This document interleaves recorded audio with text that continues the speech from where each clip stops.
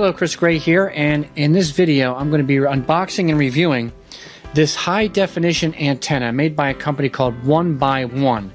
It's their shiny antenna series, and it's a super thin antenna with a 50-mile range, and it has I believe a 20 decibel amplifier that comes in the kit.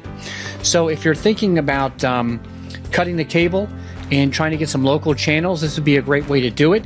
We're going to test it and see how many channels I get, and from what I understand, the high definition over-the-air signal looks better than high definition cable boxes.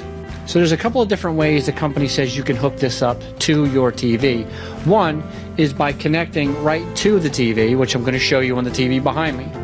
Another way is to connect to an actual digital set-top box. So let's look at some of the stuff that comes in the packaging. Here we have, this is the booster, or the amplifier. You would basically plug in a power cable which is supplied, and would plug into a wall. And here is a regular coaxial cable that would plug into your TV. And this way you can get an amplified signal.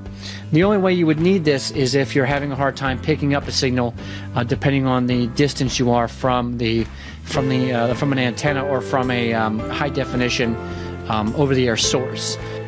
Next, we have the power cable for the amplifier. It's a USB to a male end power connection, and it also comes with a wall adapter to change the power over from AC to DC, so you can plug this in using the USB connector. Okay, so next we have the actual antenna wrapped in plastic. Let me take some of this plastic off. This is the shiny series, so I guess it's supposed to have like a shiny appearance. It also has these 3M tape stickers so that you can stick the antenna to a wall or to a window. There's also, you can actually buy an accessory where it'll hold the antenna, and you could actually put it on your entertainment area, or you could put it on a desk, more for like a stand.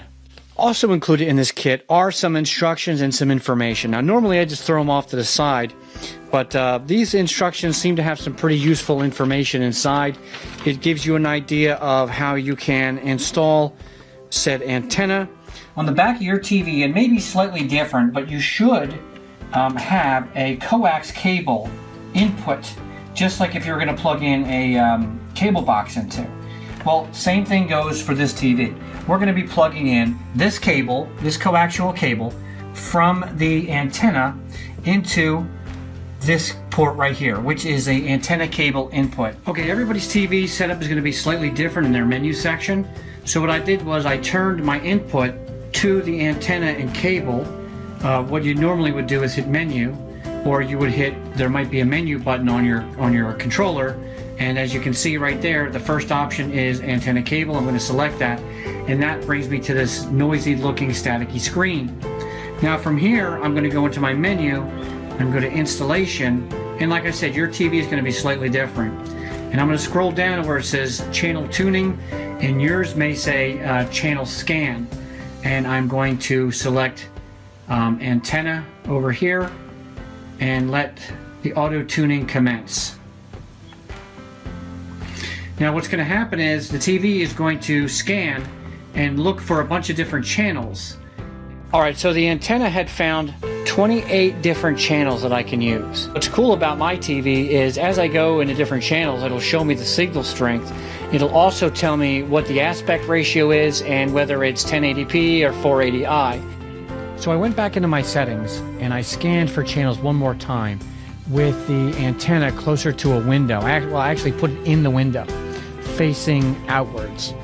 And when I rescanned, I was actually able to get even more channels. So I got like 52 channels. If you move the antenna to a better location, to an outside wall, and ideally to a window or even outside, although if you do use, this is an indoor version, so you might want to keep it like on the inside of the window. They do make outdoor versions as well. This hdtv rotary remote outdoor amplified antenna. Before beginning, click the link in the description below to access the Federal Communications Commission's website to determine the signal reception for your area. Simply enter your location into the website and you will know if the coverage for TV stations are strong, moderate, weak, or without signal. Our first question is, why is the antenna not rotating? Begin by turning off the power supply box for a few minutes, then turn on the power supply box to check if the antenna now rotates. Make sure that both the red light on the antenna and the power supply box are both on. And if only one is on, then there is a problem either with the power supply box or the antenna through the coaxial RG6 grade cable.